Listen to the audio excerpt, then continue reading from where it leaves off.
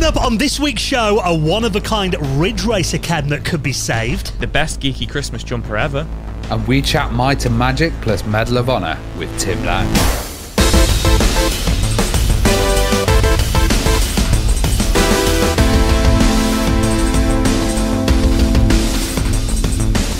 And the Retro Hour podcast is brought to you each and every Friday with our great friends at Bitmap Books. Now, one of their best books they brought out recently, The Games That Weren't. Now, this is years in the making. The Games That Weren't reveals a story of more than 80 video games that were caught in production hell and ended up in gaming limbo. So you can buy that right now and check out the rest of their retro gaming books on their website at bitmapbooks.com.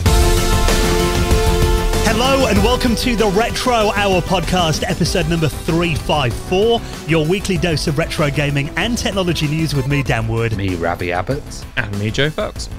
And a very warm welcome to this week's show, the podcast that, of course, every Friday takes you on a nostalgic trip back to the golden age of video games. We bring you up to speed on all the big happenings in the world of retro from over the last week, and, of course, in the second half of the show, this is where we really come into our own, and we bring you a veteran of the industry onto the show to tell you the story of their career and these incredible games that they worked on. And today we've got an amazing guest to tell you about. But I'm pretty shocked that we are now doing our final show of November.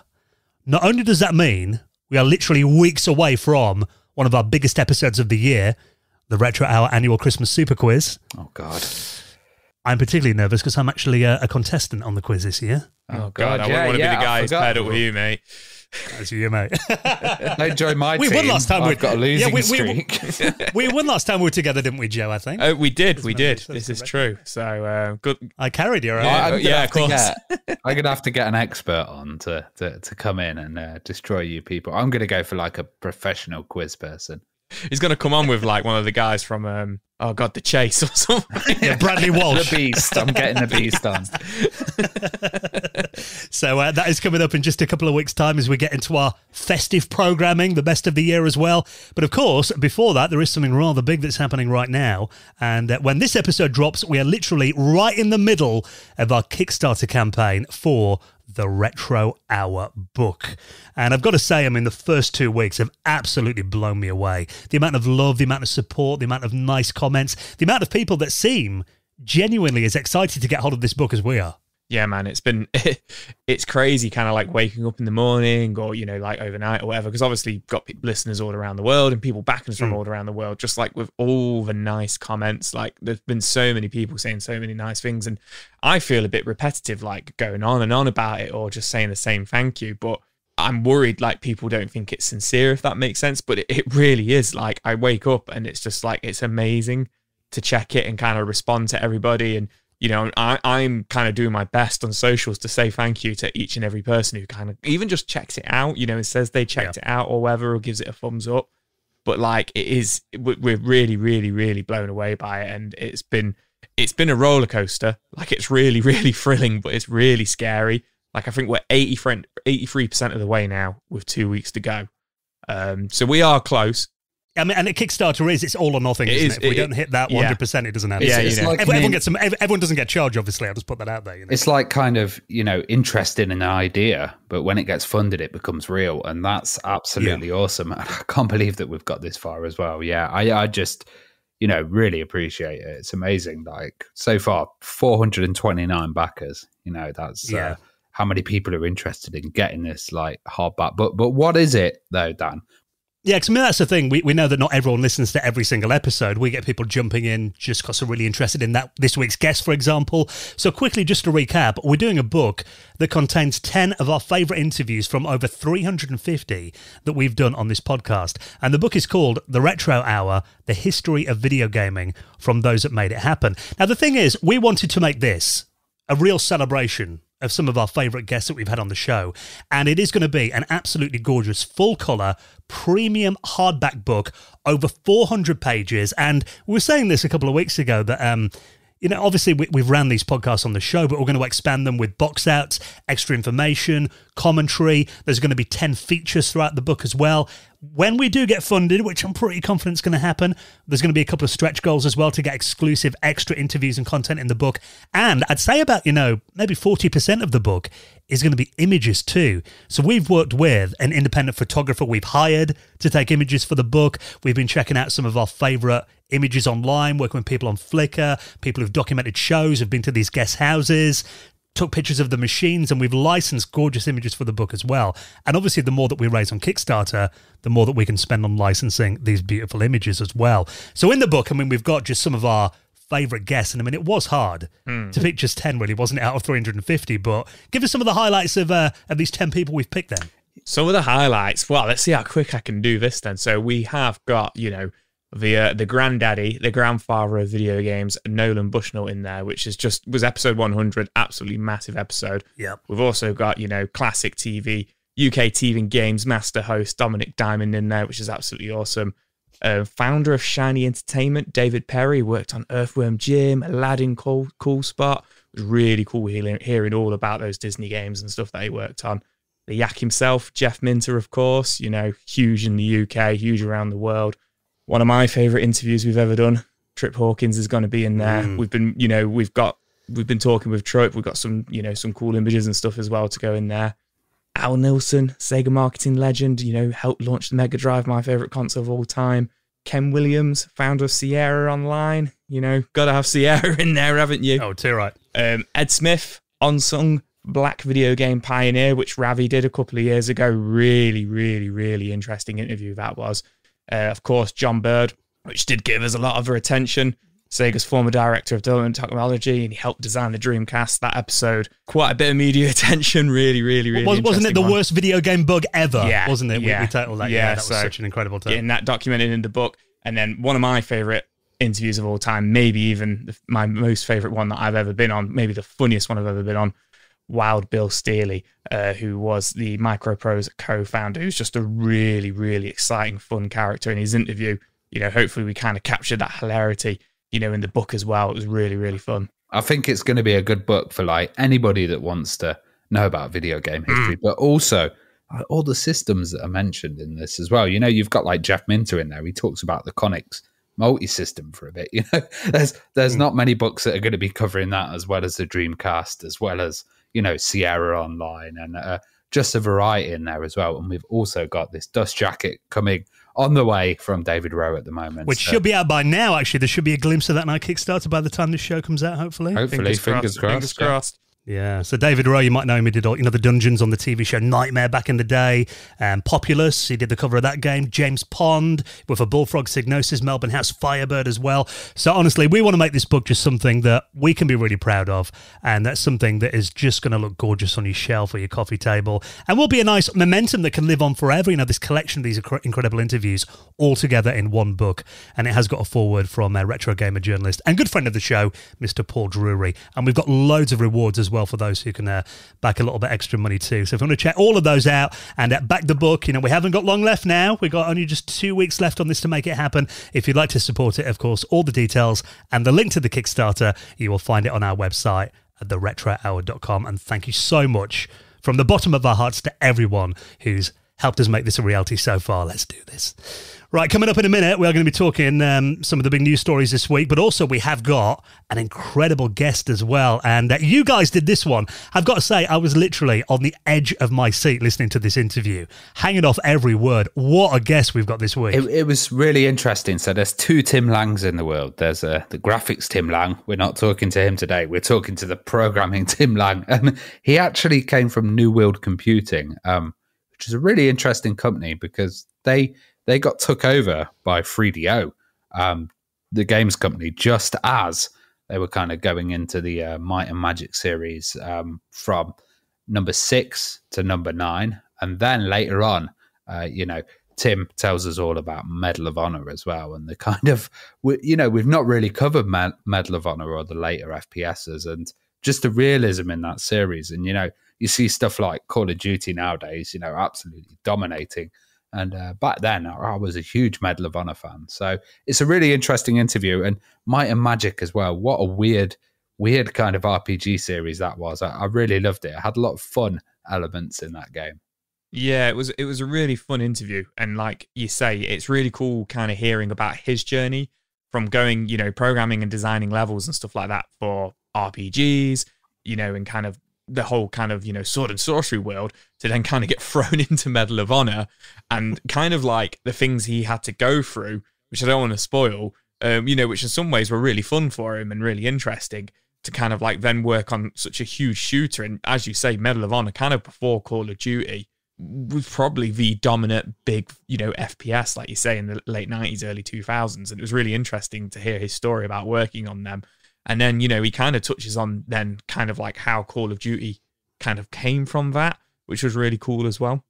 Yeah, and I loved your interview with him as well. I just think he had such fun doing it. And you guys just all got on so well. It's such a giggle as well through it. So some really interesting stories with our special guest, Tim Lang. He'll be coming up on the show in around 25 minutes from now. But of course, before we do that, we bring you up to speed on what's been happening in the world of retro from over the last week. And thank you to everyone who shared this story with us. Loads of people put it in our Discord.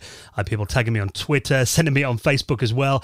A beautiful story that actually comes from the new Derby Computer Museum of a teenager who, like many of us did back in the day, I mean, I've got memories of getting my Amiga 500 Plus for Christmas 1991. I love playing Lemmings, Captain Planet, The Simpsons, sat down playing all those games. But one memory that really sticks in my mind is opening Deluxe Paint and trying to do computer art or animations. I mean, I was never very good at it, but the fact that I could do it was always incredible. But there's a kid here, a guy called Richard McFarlane, who sadly passed away when he was 17 years old back in 1991. And it turns out they've actually found some art that he made on his Amiga back then, and this has now been preserved. Yeah, so this is really quite sweet. So after he passed away, his kind of computer and everything got put up in the loft.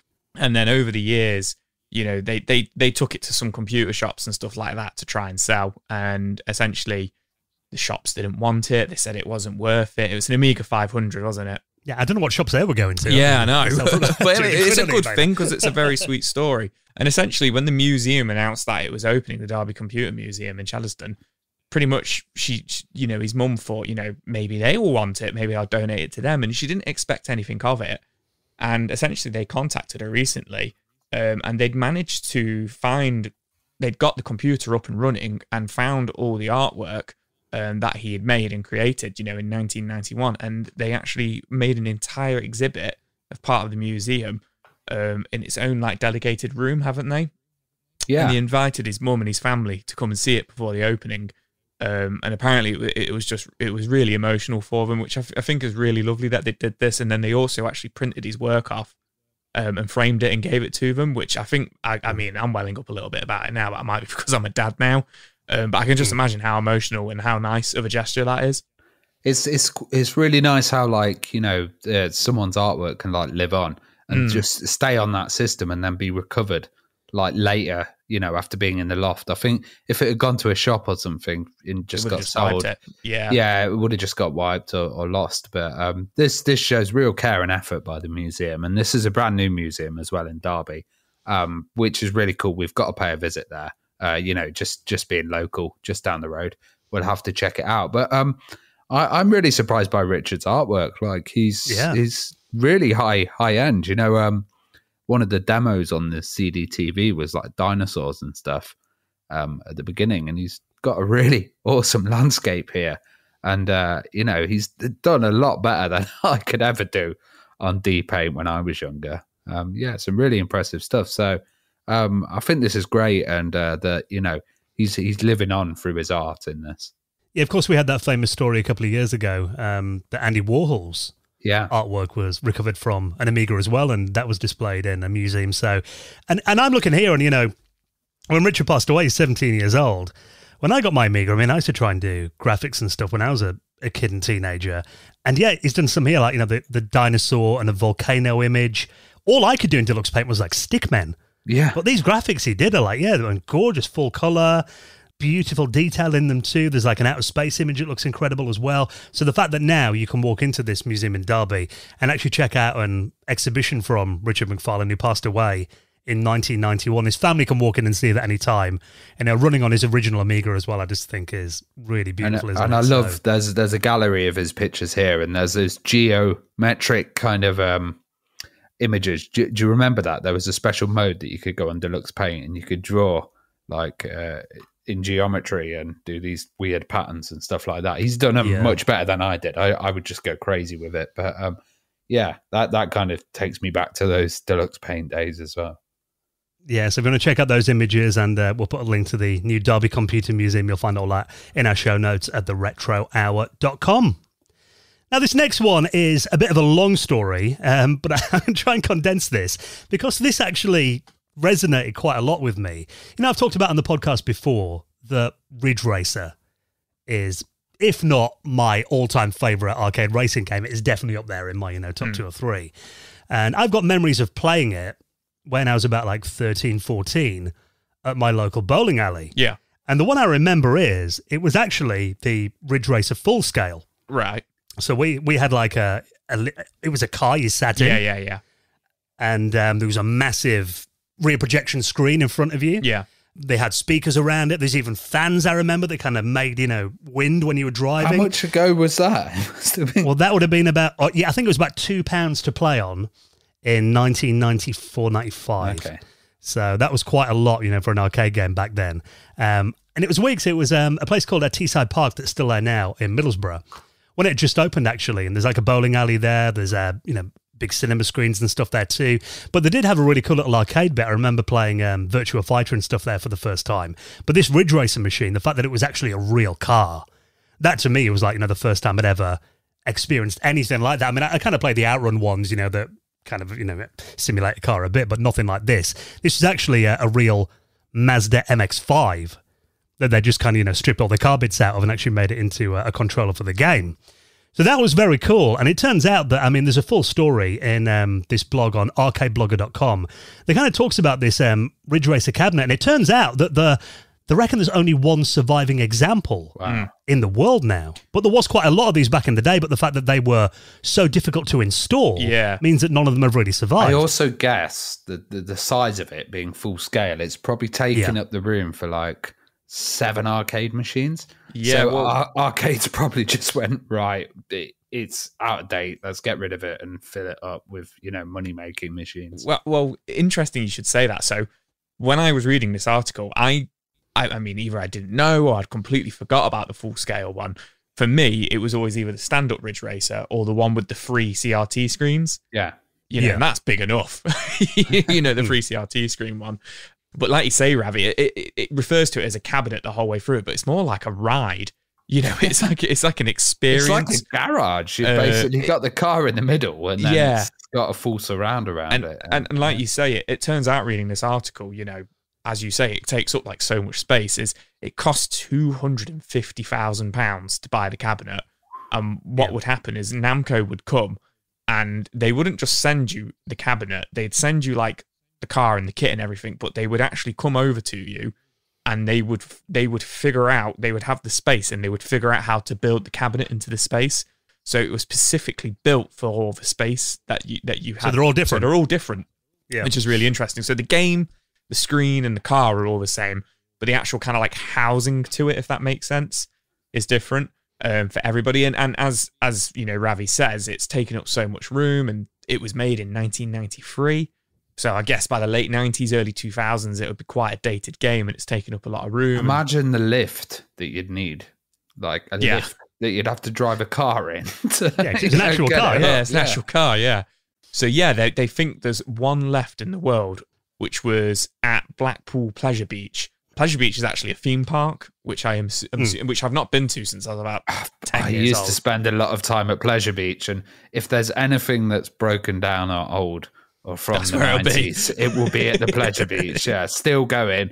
You probably saw this, because it looks like it was running from about 94, 95 and actually only shut down back in around 2017, 2018. Yeah, so I've maybe in the depths of my brain, because of my family are from Blackpool and I went to Pleasure Beach a lot, it was there. But in 2017, they closed it off, but they actually, funny enough, Ravi, you would love this, you should go look for this picture.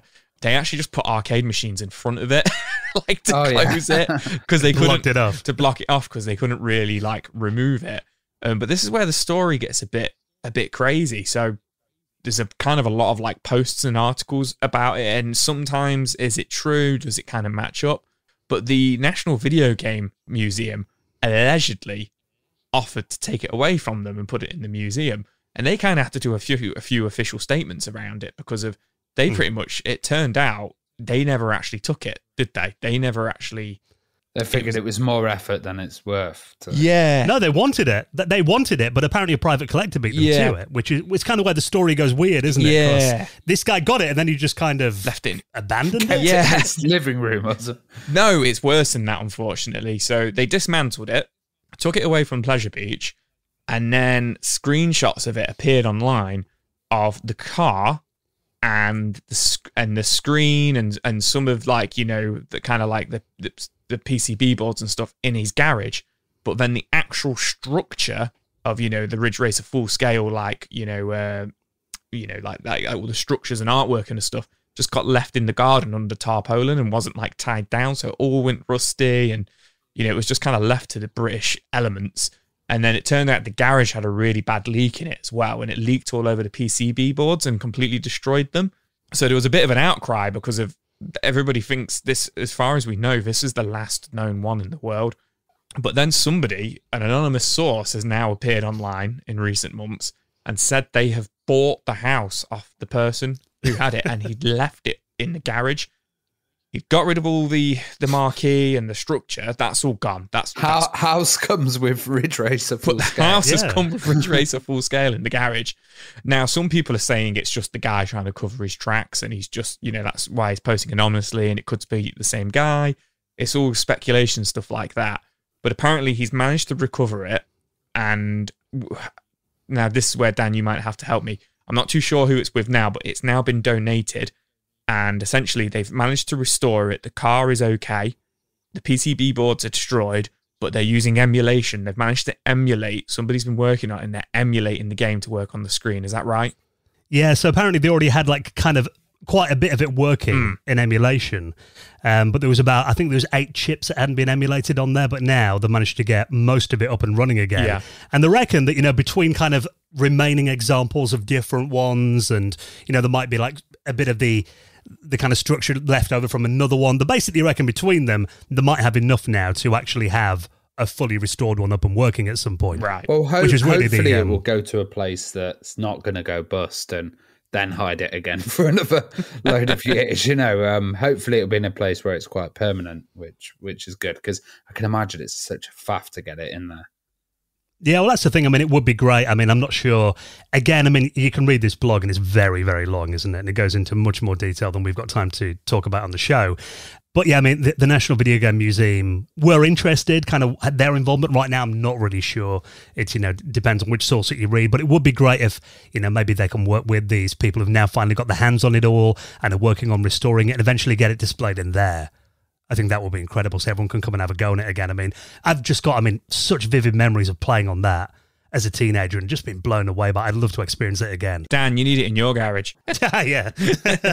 I would build another garage just for this. So, yeah, it does look incredible. So if you want to see that, obviously, I'm sure there's going to be more news about that over the next year or two, but it looks like it's in the hands of the correct people now. So I'll put a link to that blog in our show notes at theretrohour.com.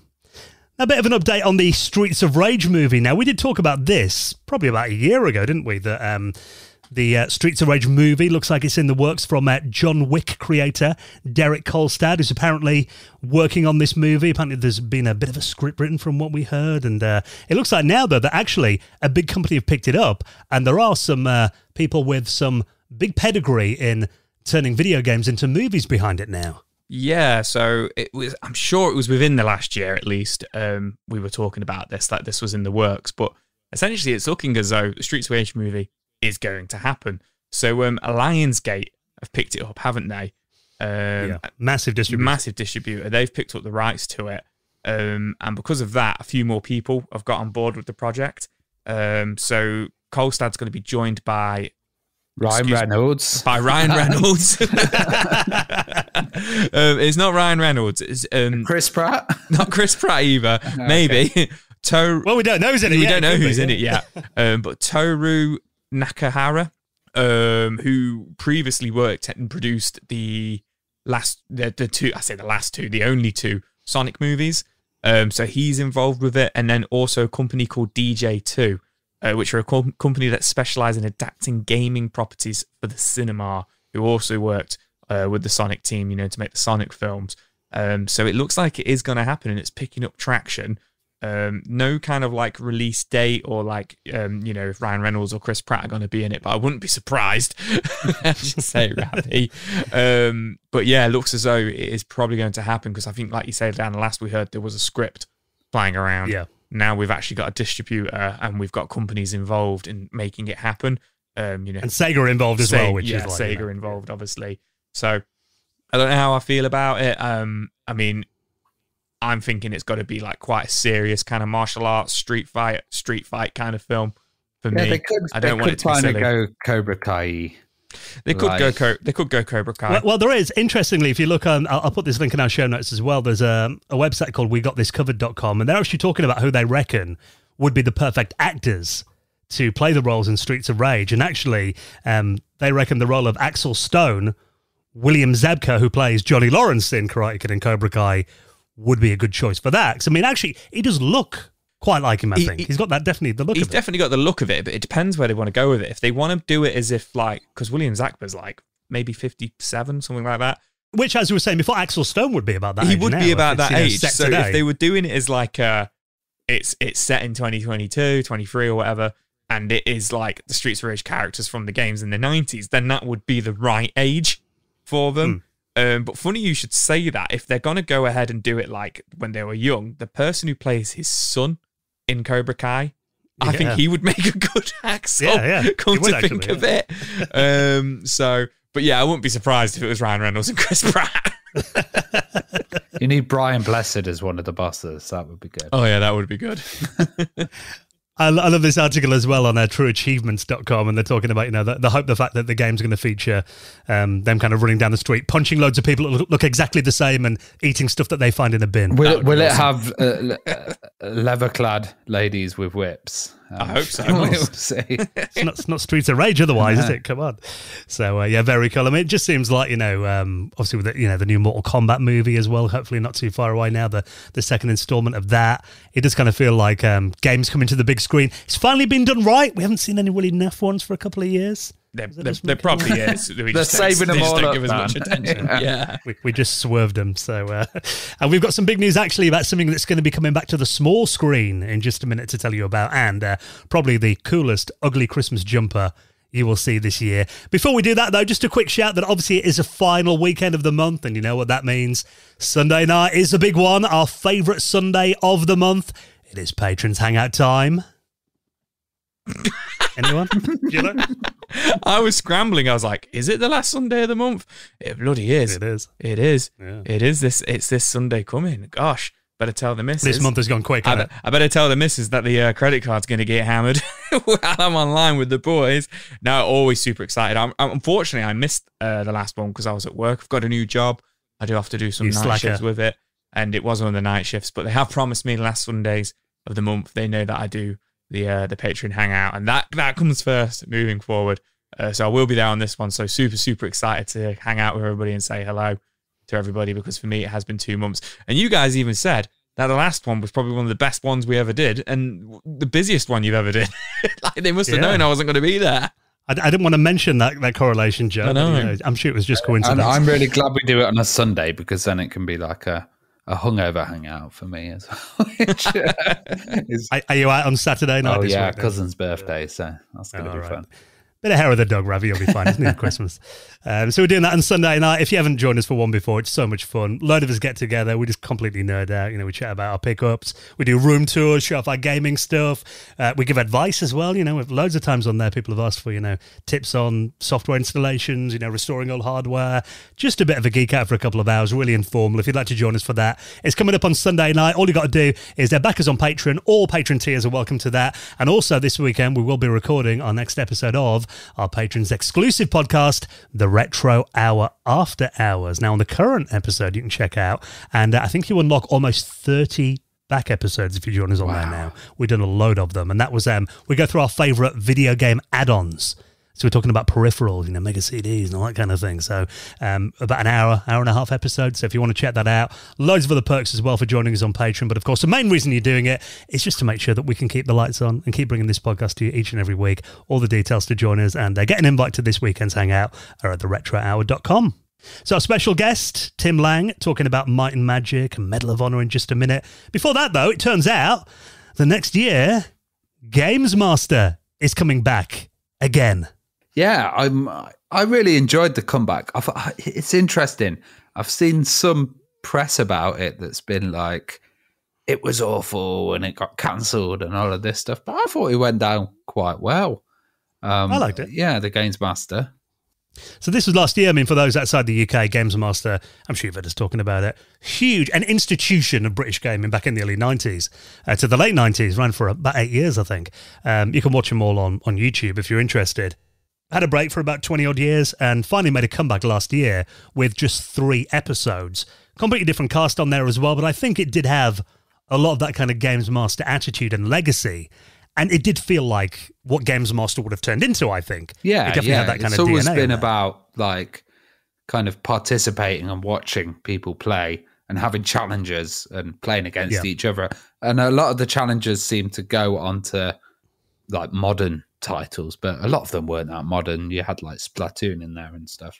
But it was fun. They had a bit of stuff about history of gaming as well and legacy. And I thought, the style of the show reminded me of the original Games Master too. So, I think they definitely had all that right. Rab Florence, who was a host of it, I thought he did a really good job as being like, a Dominic Diamond replacement. And it was very much a test, wasn't it? It was very much a pilot and then putting their toes in the water and going like, is this going to flow? How's it going to go down with people? And to be honest, I saw there was mixed reactions. A lot of people wanted it to be more retro and stuff like that. I get that. But yeah, it's interesting to see that it's kind of been commissioned again. And I guess they're going to extend it, probably have more episodes than 3. Yeah, I mean, they did those 3 and apparently it reached 152 million views, which, for 3 episodes is really good. We obviously had Trevor McDonald. No, who took 152 over. Total impressions, which is very different to 150. Across social media as well. Yeah, which is very different to 150 million views, because I don't think anything on mainstream television gets that these days. And interestingly, they actually put it out on YouTube as well. I was going to say, it was mostly on YouTube, wasn't it? It was on there first before it was on TV. And Trevor McDonald played the Games Master. I thought he did a great job. But now they're saying that, yes, it looks like it was a success enough to be kind of commissioned for a new series of it, hopefully with more episodes. Although this time, they're saying they are going to make some changes. Now, this is a bit that I've got a feeling people of our generation who enjoyed the last one, who kind of wanted a bit of that kind of legacy in there as well, we might get a bit nervous at this. Now, they're saying that they want to take things even further with this. And this time, they don't want to appeal to the nostalgic fans of it, but they want to really aim this at a younger audience and people that are totally unaware of the original series. So what they want to do is make this something that appeals to the gaming ecosystem on Channel 4 social platforms. And it means they're actually going to unapologetically aim this at a young social-first audience. I can imagine that's happening with everything. You know what I mean? But I can imagine they'll do it all right. It's not going to be like totally abandoning its roots, because that would be, that wouldn't go down well with anyone. I think they'll still have the roots, the style of it and stuff. But aim it for that new audience, because as long as they're not selling NFTs and doing stuff like that, I'll be down with it. Yeah, I quite enjoyed the one. I thought Rab was a really good host to have on the show. I hope he's back, and Frankie Ward I liked, and Ty as well. Ty did seem very aimed at the young audience, though. And Trevor McDonald I thought was great. Obviously, Patrick Moore passed away a lot of years ago. Games Master, yeah. So I think, from what I really enjoyed those episodes, and I thought that had the right balance of appealing to original fans and new ones as well.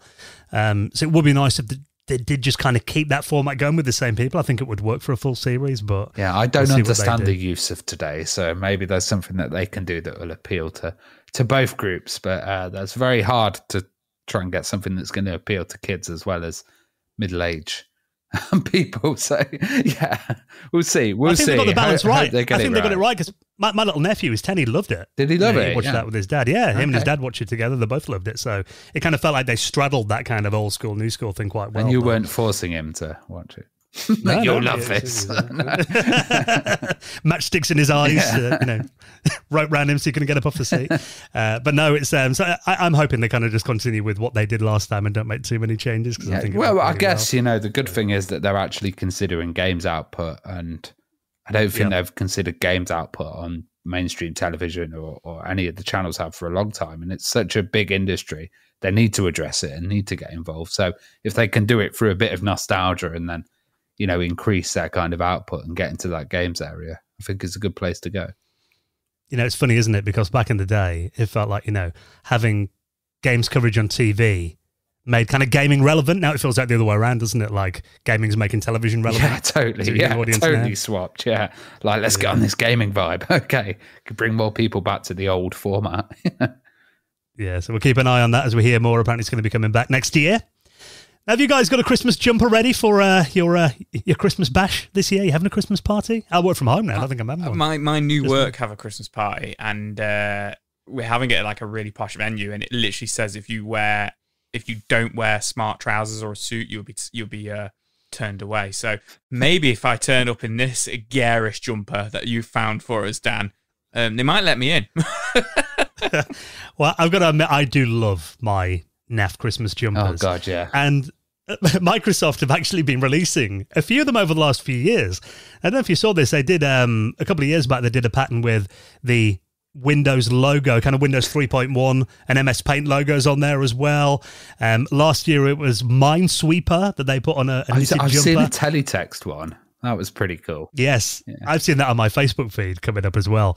There are a lot of these kind of things around these days. But this one, Microsoft this year have released an official Clippy Christmas jumper. Now, you remember Clippy? Or Clip It, as he was known. Clip It was actually his real name, but for some reason everyone calls him Clippy. I remember him and I hate him. It was when they introduced this kind of tooltip kind of thing, and it came in different forms. They had a William Shakespeare as well.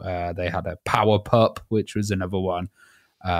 Office logo that you could talk to, and it was just basically an annoying assistant. So it was designed not for pro Office users like us. It was designed for new users, and he'd pop up and be really annoying. And there's a reason why we don't have Clippy anymore in this. Well, actually, do you know that Clippy survives in Windows 11? I was going to say, he's in Windows 11, isn't he? Is he the assistant? I'm a Mac user, so I've escaped. I've escaped Clippy. I didn't realize this, but I have got a Windows 11 machine in my house, and I tried this. And if you if you open the emoji keyboard on Windows 11 and you search for the paperclip emoji, it is actually Clippy. Oh, okay. So he's not just going to pop up and be like, activate your Windows. Hey, it looks like you're writing a letter. No, he's not doing that anymore. But yeah, so basically this is a pretty hideous Christmas jumper, but I love the design of it with Clippy there in the middle going, happy holidays. And there's the OK button that you'd always click to dismiss him. And there's a pile of papers in the background, kind of owing to his Microsoft Office legacy in there too. And apparently this is a proper knitted Christmas jumper, because a lot of these you see are just kind of sweatshirts with it kind of printed on. Yeah. But no, this is actually a proper wool knitted jumper with your old mate Clippy on there. I hope so. I hope so at $75. Well, that's the thing. I mean, what they're going to do is Microsoft are donating $100,000 of the sales to the College Success Foundation, saying that they're giving a lot of the money to charity. But you joke there that this costs $75, and that's expensive.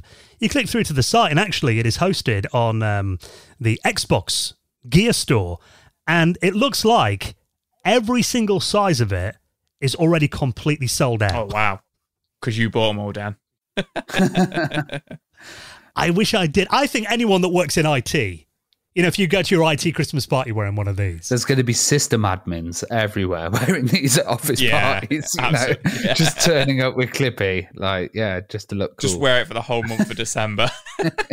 Yeah. It does look pretty cozy, I've got to say. So, yeah, it's nice to see Microsoft kind of having a bit of, tongue-in-cheek, a bit of a giggle with their legacy there as well. So they even call it a Windows ugly sweater. You know what they need next? They need, like, safe to shut down on a T-shirt or something. Well, it looks like they are doing these every year. It's a bit of an annual tradition now. And there is a little stock alert button on their website if you want to get alerted to if any more come in stock before Christmas. So I'll put that. And everything else we talk about, you'll find them all in our show notes on your podcast app or at theretrohour.com. Now, this week's special guest, Tim Lang, he's on the show in just a minute. Before we do that, let's take a quick moment to give a massive thank you to this week's sponsor, and that is our incredible friends at ExpressVPN, long-time supporters of the Retro Hour podcast. And you've probably heard us talk before about how important it is. And I think, in the time that we've had ExpressVPN sponsor our show, it seems like it is increasingly more important to have a VPN to protect your online privacy. Yeah, totally. There's so many different networks out there. I recently went to America and I couldn't get my card to work at all on the mobile phone network. So I was reliant on these Wi-Fi networks that I never connected to before at hotels, at airports, all over the place. And that's always scary. Yeah, very scary. And straight away, I had my laptop set so it would connect to ExpressVPN. And that was really awesome. And I really trust ExpressVPN. It doesn't log any of your activity. So it doesn't store anything. It's incapable of storing your data at all. And one thing about ExpressVPN, I mean, you've been a long-term user of it as well, even before they sponsored our show. And they've got a thing called Lightway, which is a VPN protocol that makes your speeds faster than ever. Because, I mean, I'd used like free VPNs and that before. And, I couldn't play HD video. Even normal video would stutter on some of the free VPNs. But ExpressVPN, super fast, isn't it? Yeah, and you're really risky using those free VPNs as well, actually. Yeah. But yeah, it runs really well. And if you're streaming, stuff from Netflix on another country or another location, you really want that HD quality. Yeah, no buffering or anything like that, and dead simple to use. I know we've got it on our laptops. I've got it on my smart TV as well. Honestly, it's literally one tap of a button and you're connected as well. Even your grandparents could use this. So, and it's not just us who love ExpressVPN. Business Insider, The Verge, many other tech journals as well. They rate ExpressVPN the #1 VPN in the world. So protect yourself with a VPN that we use and trust. And actually, if you use our exclusive link, we will give you 3 months of ExpressVPN for free on top of a 1-year package. So head to this link right now and support the podcast by doing so. expressvpn.com/retro. Do that today. expressvpn.com/retro. And a big thank you to our friends at ExpressVPN for their continued support of our show. So quick reminder, less than 2 weeks to go if you want to back the podcast book, the Retro Hour book that is now running on Kickstarter. We need to make this. It's all or nothing by, I think, December 10th it finishes. So honestly, we appreciate all your support so far. If you'd like to hold it in your hand, I've been fantasizing about this, Joe. Holding the book in my hand, how it's going to feel, because, we've gone all out on this paper quality and everything, haven't we? You texted me the other night saying how you've been fantasizing about holding it, and I've just got images of you, like, cuddling it in bed. I'm rolling around with it and sniffing the book. I love the smell of freshly the new smell of it. But yeah, man, like massive thank you. And we see the names. We know so many of our sales have been our patrons as well, and we massively appreciate the ongoing support. You guys are really making it happen for us, which is just amazing. Yeah, so everyone that's backed it so far, we cannot thank you enough from the bottom of our heart. We've got 2 weeks to make this happen. If you'd like to have the Retro Hour book in your hand and be able to hold it and sniff the pages like me, please join us on that Kickstarter right now. All the details, and have a look at the book as well. Check out the new dust cover. Hopefully we've got some images of that to show you by now. Check out all the amazing rewards. Get an exclusive episode of the podcast on an audio cassette tape. That is one of them. T-shirts, we've got all of that as well. You can check it out. And they're supported on Kickstarter. All the details are at theretrohour.com. Right then, this week's special guest talking Might and Magic and Medal of Honor, Tim Lang, is next on the Retro Hour podcast.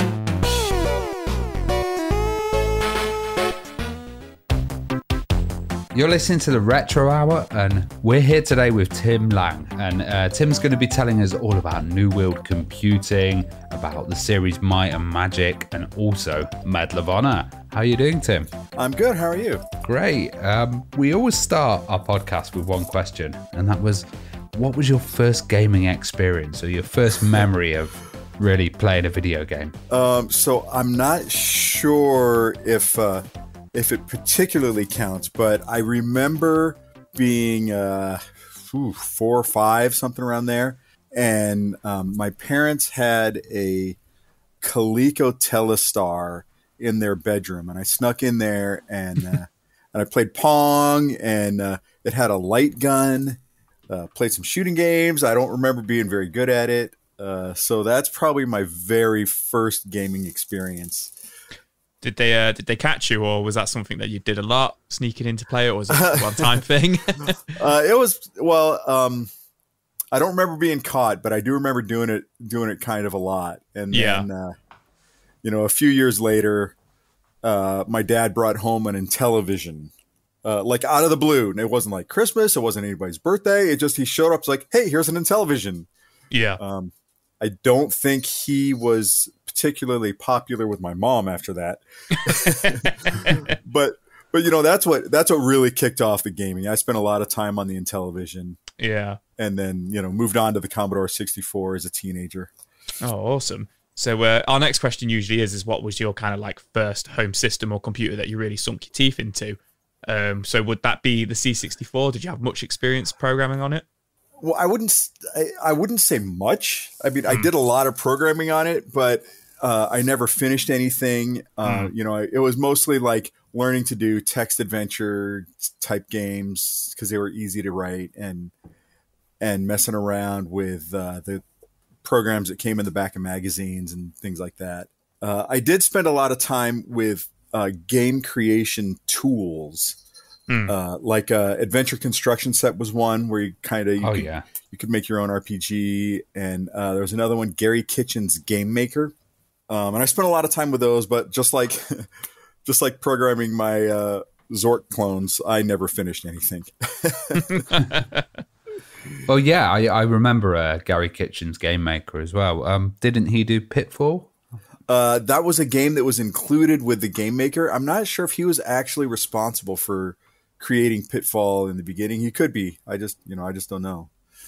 I was wondering then, did you have any like history of D&D at all? Or, or kind of getting into the RPG genre? Like, we've had a lot of developers on that always tell us, they were really into D&D. Yeah, I mean, I played a lot of it with my brother growing up, and occasionally I'd play with like school friends, but mostly with my brother. My school friends were all into the AD&D, and I only did the basic edition at the time. I never learned, and that went through probably till I was 14 or 15.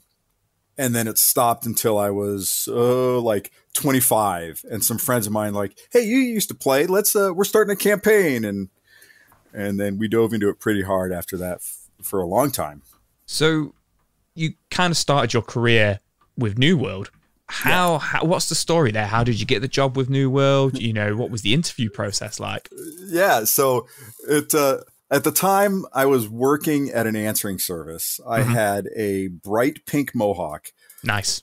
And I had an old van or I had a car that wasn't exactly working, and I needed to find a job that paid better than the answering service.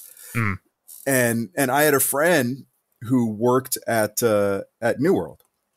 And I was only kind of vaguely aware of who they were.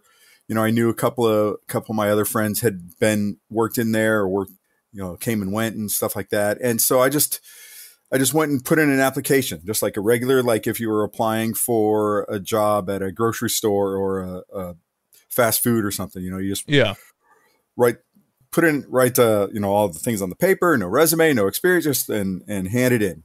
And they called me in for an interview, and I had this pink mohawk, and I said, that's probably not going to cut it. So I wore a hat to the interview, which, I don't know what's worse. Yeah, it's a big no, but I was like, I figured that would be considered better than the mohawk. Yeah. And I was interviewed by two of the, I guess, lead testers.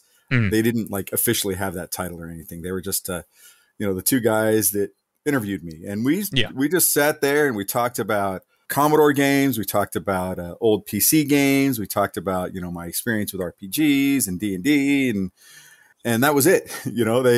I told them when I was a kid, when I was on playing with a Commodore 64, I used to get the EA newsletter, and the newsletter always had these like back page stories that would talk about the wacky hijinks that they'd get into while they were in the office, you know, like shooting Nerf guns at each other and stuff. Yeah. It's like, that's a fun place to work. And one day I want to work at EA.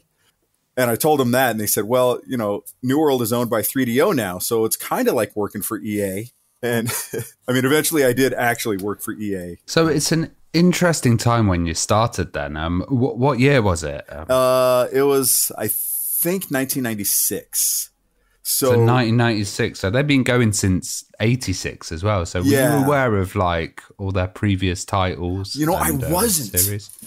I had never heard of Might and Magic until I sat down in that interview.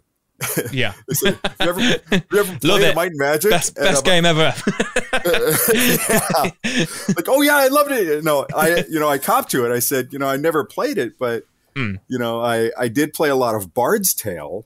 That was one of my favorite games. And Might and Magic, like Might and Magic 1 and Bard's Tale are very similar in like perspective and kind of gaming styles. So a lot of that kind of carried over, I think, in their opinions of me. Cause they didn't, I had to actually call back to get the job. Like nobody called me. I called back like a week later or something and called the testing manager. And he's like, yeah, you got the job. When can you start? Tomorrow? You want to start tomorrow? Oh, wow. Maybe they were just waiting for somebody to call back. Yeah, right? Right. The funny thing is, though, that you know, the guy who I replaced, he left the company with I think another tester to go follow around Grateful Dead. Oh wow! All over the country, and I was like, oh great! So I got my job. You know, I got a job because he left, and then like a few months later, Jerry Garcia died, and the Grateful Dead stopped touring. So. Like, I never met him. Kind of feel bad for him that he quit a job making video games to do that. But, you know. I guess a lot of people kind of quit jobs to go Grateful Dead. That's true. Yeah. And particularly in the game world, there's a lot of kind of flighty people like that. Or at least when you're a tester. Yeah, I can imagine, yeah. Like before, they were a developer and a publisher as well. So they were also just publishing other people's games as well. By the time you joined, it kind of started to shift into being a developer and a publisher totally as one. Was that a big kind of change? Did they have to get a lot of stuff in? And so when I started, it was still they were still publishing other people's games. And you know, they were working on Heroes. They were working on a few ports of Heroes for the Mac, and Heroes 1, I mean, and starting Heroes 2. Right after, my primary focus was on a project called Wages of War, which was a tactical turn-based strategy game. And it's like XCOM or like Jagged Alliance, kind of right in between those two, I think. And when that game shipped and when Heroes 2 shipped and we were doing another game called Spaceward Ho 4, which was another sort of strategy game that was it was a space strategy game. Like the day after those shipped, 3DO stepped in and laid off all of the testers, including me. They laid off all the producers. They laid off basically anything that was sort of a publisher job. So they said, well, we have all this stuff up in Redwood Shores or Redwood City or wherever their home office was, Redwood City, I think. And so they laid all of us off, and I was out for about 3 months-ish, 2 or 3 months. I remember planning to go back to school to get my degree in music, but I had to wait for the next semester to start because they laid me off right in between. Yeah. And so again, my car, my car broke down, and I needed to, I needed the money again. And I just, out of the blue, I called Pete up, the test manager, and I said, hey, I need a job. And he's, okay, when can you start? Oh, wow. So it pretty much flipped from like a publishing studio to pure development. Yep. Yeah. That when I got back, there was no, I thought I was coming back as a tester. And Pete sat me down in front of a computer not my old desk. I was very upset about that. Sat me down in front of a computer and gave me some sketches of like a building and some other like little things, some concept sketches, and showed me the Might and Magic 6 editor. And he says, okay, build these. See you later. And I was like, oh, I guess I'm not a tester. I'm suddenly a level designer. Exactly. Like there was no, we're bringing you back as a designer, where it was just like, here you go. And so after that, there was an in-house published or in-house producer for each individual project. And that was it. In fact, when the level designers were finished with the level design of the game, we turned into testers. So we were responsible for the testing. I mean, there was testing at 3DO, but no offense to those guys, but they sucked. So after that, they decided, they wanted to keep us as level designers, but things were ramping up between, Might and Magic 6 and then Might and Magic 7 and Heroes 3 and the Heroes 2 expansions. And so they decided they needed in-house testers and the level designers couldn't do both jobs because we were busy on Heroes 3 or Might and Magic 7 or whatever. So then they hired on testers in addition and stuffed us all into this one big room. So we're going to take it back in a moment, but I'm dying to ask. So when you've gone back and suddenly you're a level designer, were you terrified? How did that feel? Because of like, if that happened to me, I'd be like, what do I do? As soon as the doors close, that kind of like Homer Simpson moment of like, what do I do? What do I do? Like, I'm hoping, or I'm assuming, you had some sort of art ability. Like I'd be done like myself. What was that? What was that like? What happened? Yeah. Well, okay. So I'm in your camp. I have zero art ability. Like if you ask me to draw something, it looks like a kindergartner did it. Yeah. But with 3D designs, I think I had I wouldn't say I had a gift, but I had been working with sort of 3D editors on my own in the past. Like I had the Wolfenstein editor, and I was making levels with Wolfenstein. There was the Bard's Tale construction set that I'd played around with that, and that kind of introduced me to game scripting and coding, and so a lot of that in between experience when I was a teenager and in my early 20s of just playing around with creative stuff for games gave me kind of this step up. So I had you could say it a gift, but it wasn't really a gift. It was just previous experience that I adapted well to that level design sort of thing. And the editor was pretty easy to pick up, probably from my days of playing pirated games without manuals. So you're like, well, let's just push all the buttons and see what they do. Just see what happens. Yeah. So I love that. And Pete started us on easy stuff, so that helped us kind of learn the editor and that's good. And things like that too. I was going to say, were you nervous? But I'm guessing you did have some support. They did start you on easier stuff, so that's pretty good. Yeah, and I didn't I didn't really have time to be like, I'm nervous about this because I'm going to be a level designer, because I didn't know. I just showed up and they're like, here you go. And here you go. Deep end, let's go. I love that. So because we want to talk about it, and we know some of the fans of the show will want to hear about it, I'm just going to take you back to a few years before when you were still a tester. So you mentioned you started with Wages of War. Was that a unique title to kind of get your head around? What was that experience like? I kind of picked that game as a tester, which you don't get to pick what game you're working on.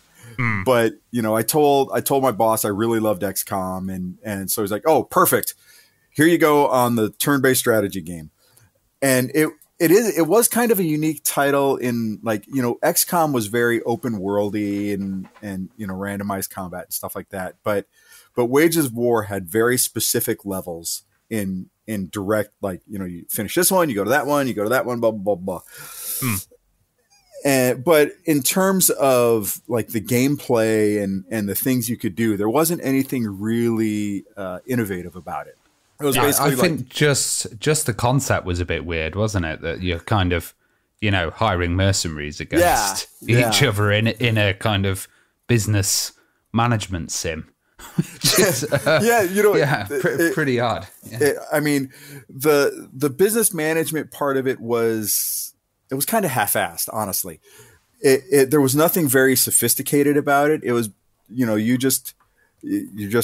earn money from your mission, and then you spend that money on better equipment, and that was pretty much the extent of its depth. You know, I mean, you could pick cheaper guys and cheaper equipment and stuff like that, but there wasn't a lot. Like, you didn't have to negotiate contracts, really, that I remember. You didn't have to worry about other people stealing your bids or anything like that. So it was very much just earn money for the better loadout for the next mission. Well, when you did get onto Might and Magic, it was Might and Magic 6. Yeah. And one of the features that I actually saw, one of the glitches, was like a level of basically the office and New World Computing, and it had a Trip Hawkins in the office, and you could go in. Where did that come from?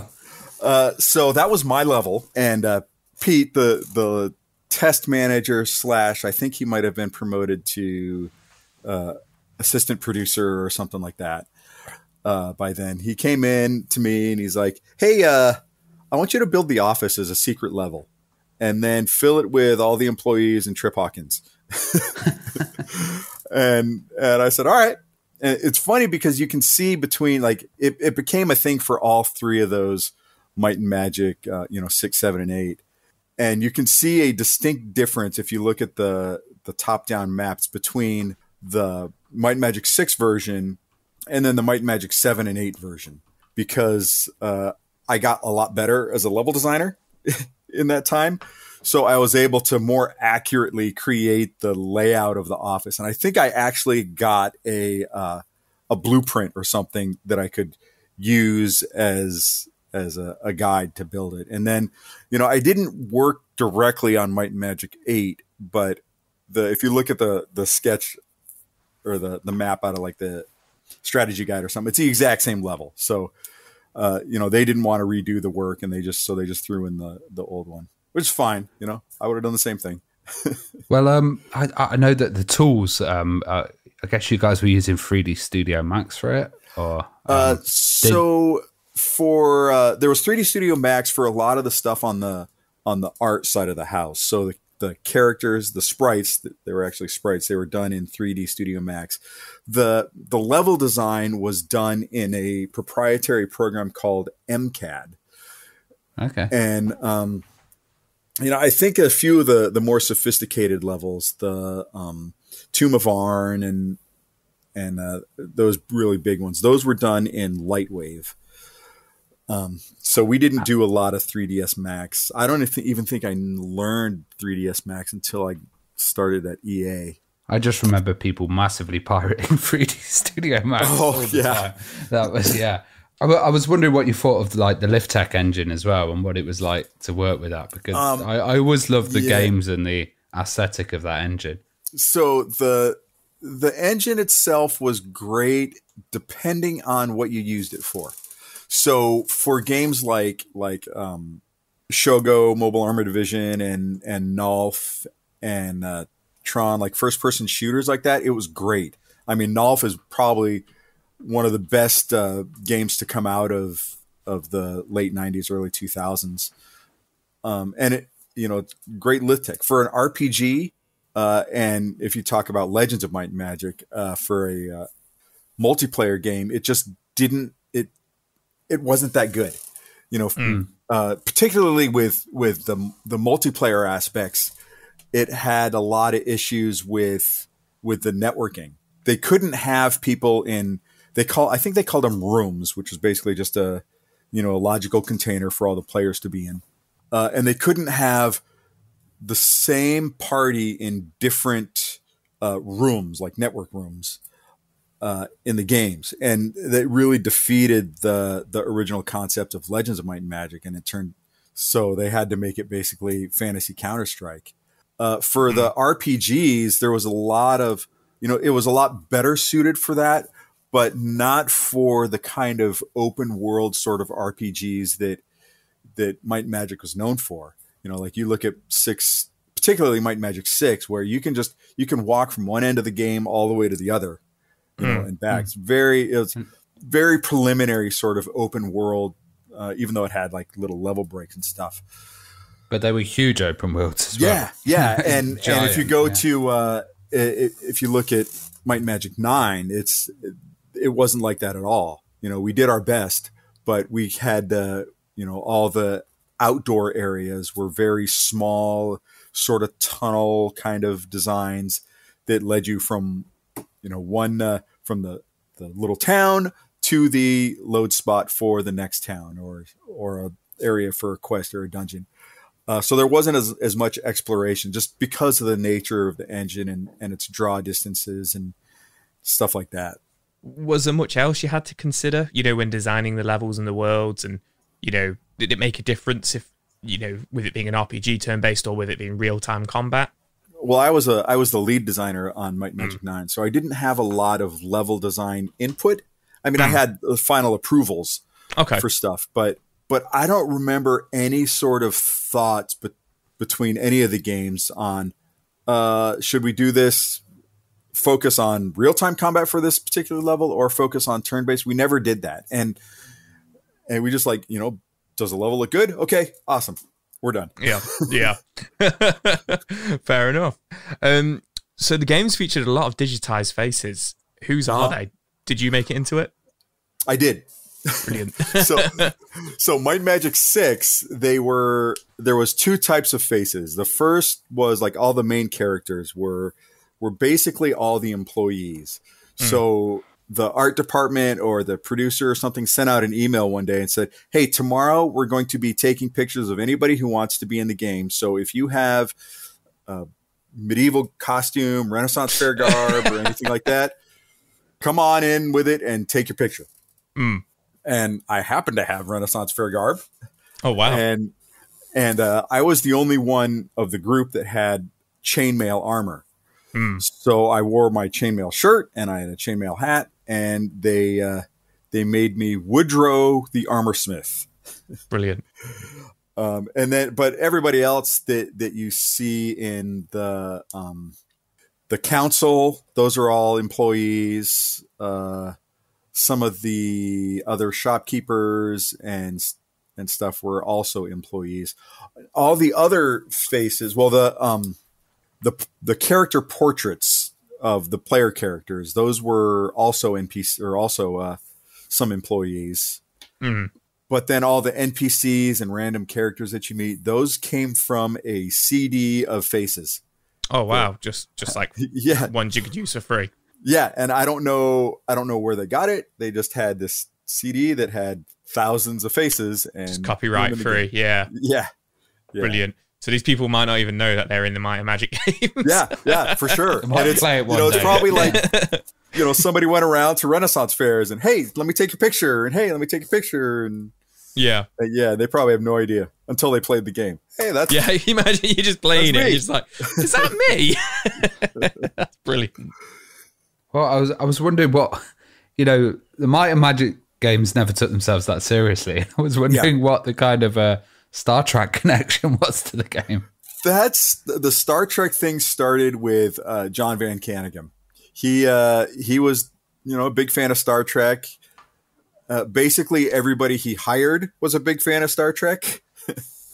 So I don't think that was planned because I don't remember a Star Trek question in my interview. But and he started throwing with like making Varn a spaceship and having nacelles. And when he passed sort of the design torch on to the rest of us throughout the different games, we just took that and went with it. Brilliant. Yeah. So obviously the Might and Magic games were huge, for almost 20 years, absolutely massive. But was it hard to balance the grinding of the game and then the replayability? Because obviously they're quite heavy RPGs, although they're quite fun and tongue in cheek, as we've discussed. Was that balance tough, or did it come quite naturally? I would say it came pretty naturally. I mean, by the time I was doing the game balancing on Might Magic 9, all that stuff had already been worked out by the previous games. So, I just kind of followed the formulas and rode with it. The guys who did it, I don't remember any conversations or complaints about game balance or money or anything like that. I do remember writing up a bug that it was impossible to beat the game with an all warrior party or all knights. So I started a party of all knights and I didn't want to use magic. And I said, well, I can't finish the game. That's a bug. And they told me to piss off. Like, too bad. You got to have a magic user in this game. It was also really long as well, wasn't it? Yeah. Like just doing a playthrough could be weeks and weeks and weeks. And, you know, as a designer at the time, making those levels, I didn't think those levels were particularly long.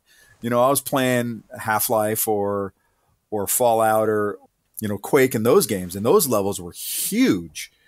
And I remember feeling kind of inadequate as a designer when I compared my work to their work. You know, saying like, God, their levels are so big and they look so good. And, you know, this one looks like crap and it's short and it's, you know, but it worked out because the game was still 60, 70, 80 hours to finish, depending on how fast you wanted to get through. And trying to get to those high levels as well. Yeah. Like Might and Magic 7 added that like aspect of, you know, morality and like good versus evil. What did you think of that aspect when it came in?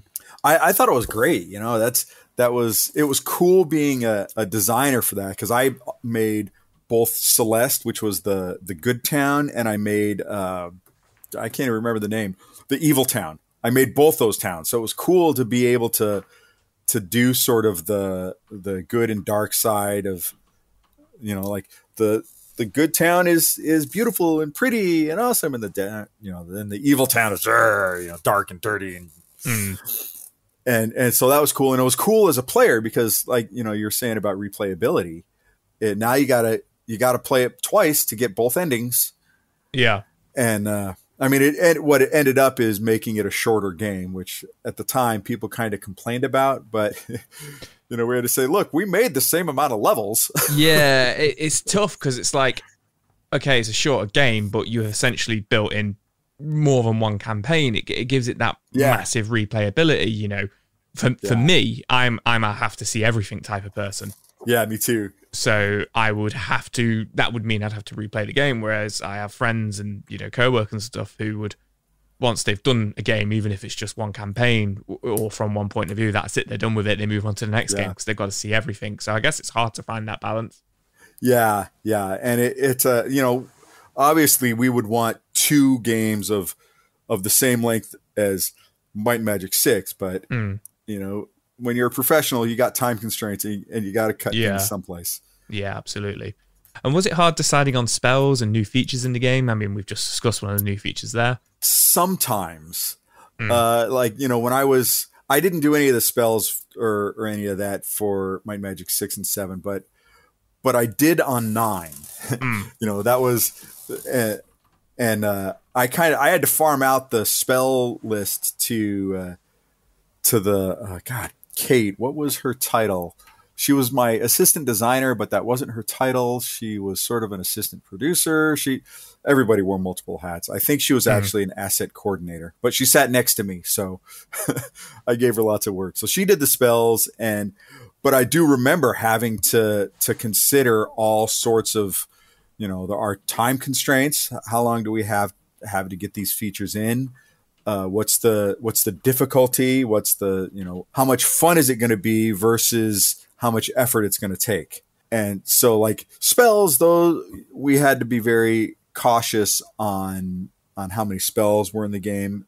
And then, you know, that applied to other things too. Like, one of the first things cut out of Might and Magic 9 was the paper doll, where you could dress up your character in their equipment.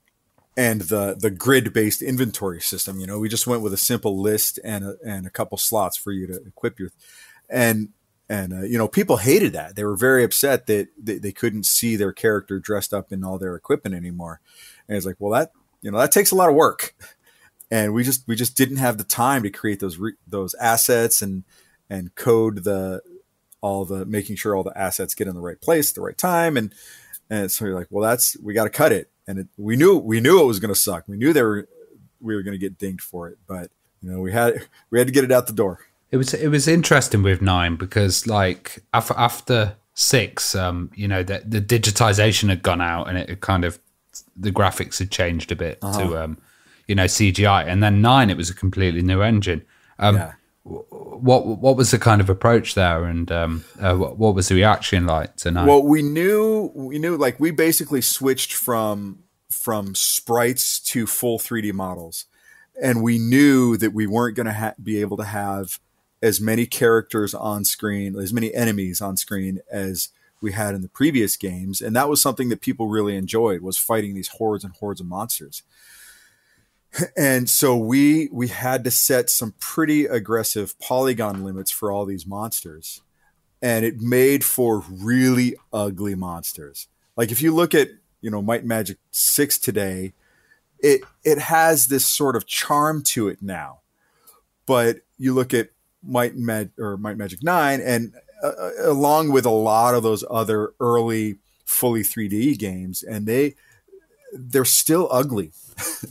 You know, like you compare them to today's 3D standards, and it's just like, man, this guy's face is 2 polygons. that jump to 3D was really tough for a lot of people and a lot of companies, you know, especially on the PC and stuff. Really a change going from kind of sprites, like you said, to that exact rendered and everything look, but without that realism. Yeah, and we had to do it. If we would have gone with sprite characters in a fully 3D engine, then, you know, people would have hated that. If we go with 3D characters, they're going to be ugly. So after Might and Magic, you know, we're around 2002 now. You moved to the Medal of Honor team, so you've gone from RPG to FPS. That must have been an interesting change for you. And what was it like joining the Medal of Honor team? So it was a kind of the equivalent of leaving high school and going to college. and I don't mean, like, I'm not trying to slight New World Computing, because that was my favorite job ever. But there was sort of a step up in the professionalism, or the kind of money spent on their projects, and there was a huge step up in the amount of alcohol that we had to consume. Because the design teams were, you know, we were a bunch of young guys in our late 20s or early 30s, and we all still wanted to go out and party, and you know, we had the money to do it, and so we did it. But in terms of, like, as a designer, there was because I'd been a designer on a 3D game, the design, like the concepts really translated well. If I had jumped from, like, say, Might and Magic to Command and Conquer, then I think I would have struggled a lot more than going into a first person shooter. There was a little bit of I guess easierness, is that a word? Yeah. Because the levels were in a, you know, they were linear fashion. We didn't have to worry about you know, how strong the player was going to be at this particular junction. We knew that they were going to be X strength, you know, they would have X weapons in this level, so we could balance it a lot easier. And then there was a lot of design processes that had to be relearned. At the time, you know, EALA used to be DreamWorks Interactive, and it was a Steven Spielberg sort of invention, and so there was a lot of sort of crossover between the film industry and the game industry, and a lot of the film people who had moved into the games were trying to apply the same sort of processes from making a film into making a game. And it was our job as designers to see this kind of bullshit that we kind of looked at it as at the time, and apply that as useful information to making a game. And, you know, like if you're writing a movie, you focus on things like beats and big moments and character development that you're not necessarily as interested in as for a game. But we did take good things, like, okay, we want a big set piece here in the game. So let's kind of draw step by step how you get there. And but it was a definite adjustment for me. I was used to sort of lead game designer coming into my room and saying, okay, the level is called this. It's called Rivendell, and it's over a river. Go build it. Whereas at EA, we had a full design document, and we had very specific beats, particularly making a history game. Because basically all the levels came from real historical events. So we had to follow the history, which wasn't something we had to do on Might and Magic's. Yeah. So obviously moving into Medal of Honor, you kind of mentioned a lot more drinking there. It sounded like a kind of different atmosphere a little bit as well. Do you think, because by this point, Medal of Honor is kind of like, I think maybe on its third game, when it kind of came to the PS2, it might have been its fourth. And do you think there was a lot of pressure there from EA for it to be a big title? Because all of a sudden, it's next gen, it's PlayStation 2, it's Xbox. Was that quite stressful, or it sounded like maybe you just kind of got on with things?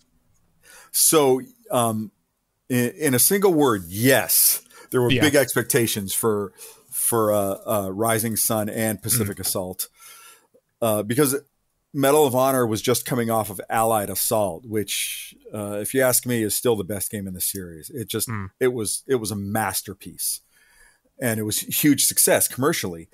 And so they came to us and said, we're making the new Medal of Honor. It's going to be in the Pacific Theater, and they expected it to outsell the best-selling game of the previous year. And that was just straight from the get-go. We're going to sell 6 million copies of this game. So it better be good. And so there were a lot of late nights. I think that on Medal of Honor, I did a year and a half of 80-hour weeks. Oh, wow. Without a break. I had never had that much overtime, unpaid overtime. I never had worked that hard basically ever. So, the drinking was, I think part of that was a coping mechanism for basically being, deployed, if you will, because we were all away from our families. We were away from our friends. We were away from basically everything was the job. Yeah. And so you kind of felt like you were at war anyway. Yeah. And I mean, I don't want to get close to kind of presuming that we knew what it was like, but it was kind of similar circumstances in terms of our home lives. Like that kind of isolation. Yeah. I was looking at Frontline, and the soundtrack is just absolutely amazing with that kind of orchestral score and stuff. There were loads of other elements as well. What do you think really made the atmosphere of the game amazing? With Frontline, it's it's and that D-Day landing as well. D-Day. I mean, D-Day and Frontline is great, but to me it still doesn't hold a candle to the Allied Assault D-Day. There's just something about, I think because it's on a PC, or at the time the PCs were more powerful than the PlayStation, so you could do more. But to me, it comes down to the level design and the set pieces. So, the set pieces were different parts of each level. There had to be very specific things that we wanted to do. So like in the D-Day, obviously the set piece is D-Day, is that getting off the beach and onto getting off the LVT onto the beach and having everybody shoot at you, very Saving Private Ryan kind of moment. Normandy landings. Yeah. And I think that was a real important part of the atmosphere, along with the pacing. The pacing of all the Medal of Honor games is always really good. You had these big action moments, but then you had kind of paced moments where you're just kind of walking down a hallway, waiting for something to shoot or something like that. There wasn't really a lot of puzzle solving in it, but I think that was the big reason for its success. Yeah, there was a good balance with it, and it was one of the first games I ever saw on PS2, and I remember it felt real. Like, it was like, oh my God, I was quite young at the time. I would have been a young teenager, and I remember like you say, it kind of had that Saving Private Ryan feel to it and stuff, and that first level was so grand, but then the rest of the game was so immersive as well. Yeah. So you had the civilians in there, and as you said, it was real world set pieces and stuff. I guess there was an aim to not make light of the war. Yeah, it was very, it was impressed upon us very strictly that, we had Dale Dye, who was our military advisor, and he was also the military advisor for Saving Private Ryan. And he was a Marine, like in capital letters. And he was very serious about the respect that we had to have for the soldiers and the things that they did and stuff like that. Not that we would have made light of it anyway, but he is very serious about stuff like that. Like if we didn't have even, I don't even think we had anything approved that would have been silly or referential to other forms of media or something like that, like we would have on Might and Magics, Yeah. I remember playing Medal of Honor Rising Sun and that intro, Pearl Harbor, where it's all completely calm and then suddenly it all just blows up and it's really chucks you into the action. That's one of the kind of great moments that I had when gaming. What was the whole kind of idea? Was it just to get people going, but also, celebrate that? Well, not celebrate it, but also, refer to that point of history and how much of a surprise attack it was and kind of impactful. Well, we kind of had to top the Normandy invasion and Allied assault. There was, we had to have something that was as big, and that was the first key. It's got to be great. The second key was that it had to be accurately portrayed as to what really happened. The first thing that all of us designers did when we first started was we got a stack of books we had to read. Band of Brothers and the Iwo Jima books, the Flags of Our Fathers, and all, like, just everything. All these books. I'd never read so many World War II books. And the funny thing is that the majority of the ones that we read were still European theater stuff. I mean, we did read like Ghost Soldiers. That was my level. And we read a lot of the Pacific theater stuff after that. And so we almost became, before I even got a computer, I read probably 16 books. And so we all kind of became little tiny experts of World War II at the time. I think Pearl Harbor in American culture, it's obviously it's very well known, but in the UK, we focus on like kind of our side of the war, and seeing that from that aspect was absolutely amazing. And also, just the ships collapsing in there and having to try and navigate around the chaos. It was a real kind of, as you mentioned Spielberg earlier, it was a real set piece kind of film. Yeah, and I think if I could kind of toot our own horn a little bit, I actually think that the Pearl Harbor scene in both in Rising Sun and Pacific Assault was better than the Pearl Harbor movie. Just I think it's one of the greatest scenes I've played in a video game. So, how important was the accuracy of the weapons? We've nailed the feel of the game. The kind of like the history of the game and stuff. The actual gameplay itself, the feel of the weapons, the accuracy of them, the equipment you're using. How important was that? So it was really important, but it did kind of take a backseat to the gameplay. So like we had to use historically accurate weapons. We had to use stuff that the soldiers would have had at the time. But we didn't necessarily have to represent those weapons precisely how it would have been actually used. So like in one of the levels, we had a tank buster gun. There's a player walking around with this 50-pound rifle, and like, no way, that's not going to happen, but it made for good gameplay. So it had to take a backseat. One place where accuracy was supremely important was in the AI, and both the AI of the enemies and the AI of any followers that the player had. So we actually had take a few classes in World War II military strategy, both from the Marines' point of view, so the Marine strategies, and from the Japanese strategies. And it was all taught by Dale Dye, our military advisor, and he showed us all the different tactics that the Marines used, different tactics that the Japanese used. And then our culmination of all of this, we all had to, it was terrible. We had to take a day off of work and go to a paintball field.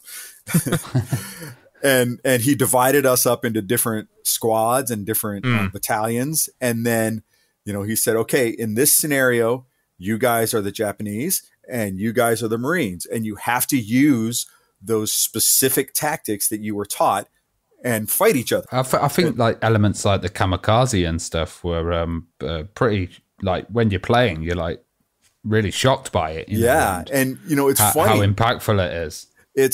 That's one thing that we really like. It really ingrained in us. Like I was always a Marine in our paintball experience, but so I faced down a bunch of kamikazes, and there was a lot of like laughing and fun about it.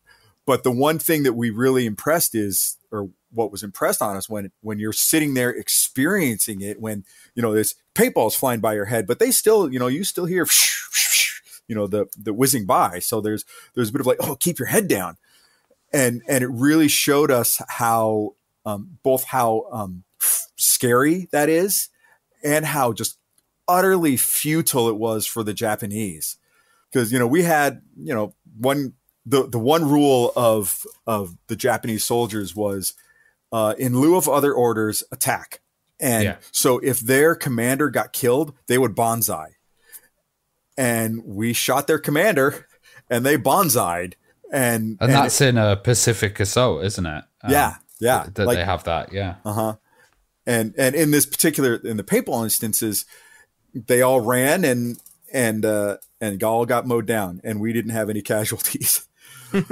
But another interesting thing about that is there was a particular point where my squad was kind of, they were pinned down.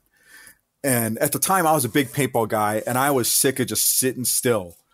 So, you could look at it as our commander was afraid and wasn't doing his job. And so I said, you know what, F this, I'm going to attack.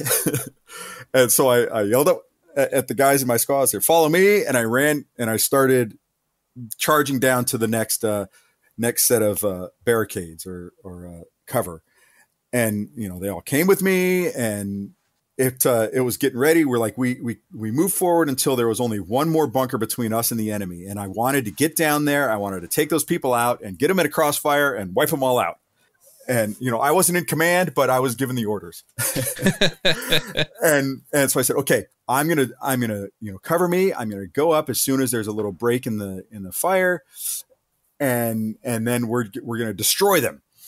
And so I peeped my head up to look to keep an eye on when it was okay to shoot. And I got shot right in the face. Cool. And, I had a mask on, so there was no problems there, but I had to leave. And after I went and these guys suddenly had nobody giving them orders, they just stayed there. And it eventually the exercise turned into a stalemate. And Captain Dye afterwards is like, you had something really interesting developing on the left flank, and then it just all stopped.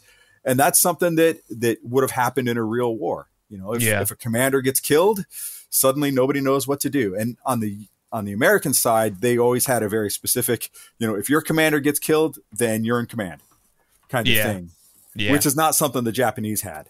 Yeah. Disperse, run away kind of thing. Yeah. So, wow. Okay. So obviously, Medal of Honor took quite a bit of a turn, kind of towards the late 2000s and obviously with Call of Duty and stuff like that. But Call of Duty, obviously, it started in the early 2000s as well. Mm-hmm. Was that kind of having an effect on Medal of Honor at the time, when you were working on them, or did you pay any attention to what Call of Duty was doing? Oh yeah. We so Call of the original team that started Call of Duty, they were a company called Spark Entertainment, and they were all ex-EA employees. Like most of those guys did Frontline and Allied Assault. So, Activision basically hired them to come over to defect to start Call of Duty. So, as the guys left standing and I was hired on after that. So I didn't get as much of it, but there was a lot of let's bury them. Let's make this game so much better than their game kind of thing. And, but we all played the first Call of Duty. We played it a lot. Yeah. And we're like, oh, they did this little, mouse over the guy and it tells you his name kind of thing. That's really cool. And having separate AIs doing different things where like, you got a corpsman who's going to come and heal you if you get hurt. And that stuff was, that a lot of those mechanics made their way into Medal of Honor after that. I was wondering, like, is there a time period or a kind of battle in history that you would have loved Medal of Honor to cover? Yeah, so I mean, the first would have been the raid on Cabanatuan, which was in the original design for Rising Sun, and they eventually made it into a movie called The Great Raid. Okay, and it's basically it was a prison camp, right? That was from the result of the Bataan Death March.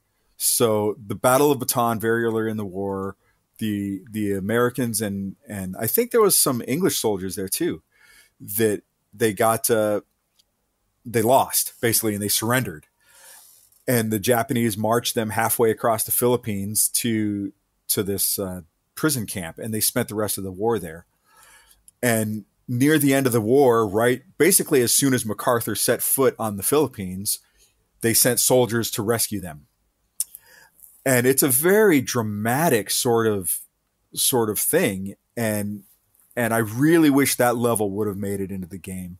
And alongside with that, I wish it's a very sensitive topic, but I wish we would have done a level on like Auschwitz or Dachau or one of the prison camps or the concentration camps, not because it would be a particularly fun or exciting level, but I think that history, particularly with World War II history, is really important, and I wish we would have shown like the gravity of that, like the liberation and the kind of discovery. Yeah, and I mean, as a designer, it would be very hard to frame that as a level with like having a satisfactory victory at the end where everybody can feel good when you're seeing the horrors of the prison camp. But sometimes I don't think you need that. I think you really, and it's something that even today games shy away from, is really heavy topics like that, where that's why I love the Medal of Honor series, because it was historically accurate, but also it really added emotion to the games as well. Yeah, I blame the soundtrack for that, man. Those soundtracks were always so stunning, weepy and sweepy. That's what we call it, Before we finish, I was just wondering what you're up to nowadays then. So now I've got a little indie company that's it's called Dungeon Byte Softworks, and I've been working on a sort of a I guess you could call it a spiritual successor to Might and Magic. It's called Aelwyn's Legacy, and it's basically just another sort of blobber game, is what they call them now. We didn't call it then, but a party-based role-playing game set in the first person. And we're in a kind of a holding pattern while we're revamping our sort of game engine, game mechanics to be less bloated. They were very kind of fat and bloated, and we're in the middle of that. And we got some good screenshots and stuff, but we don't have a release date yet, but it's fun to kind of revisit the fantasy RPG genre again. Well, when it does come out, let us know. Yeah, we'll, for sure. Give you a shout or get you on the show. Yeah, you can just go to, like, if you want to check it out or see any screenshots, you can go to dungeonbyte.com, and it's BYTE. Awesome. Well, Tim, it's been an amazing interview. We've covered so much in this. Thank you so much I can for coming talk. on. I should have warned you. I like to tell stories. We love talkers. Awesome. So, thanks for having me. I appreciate it.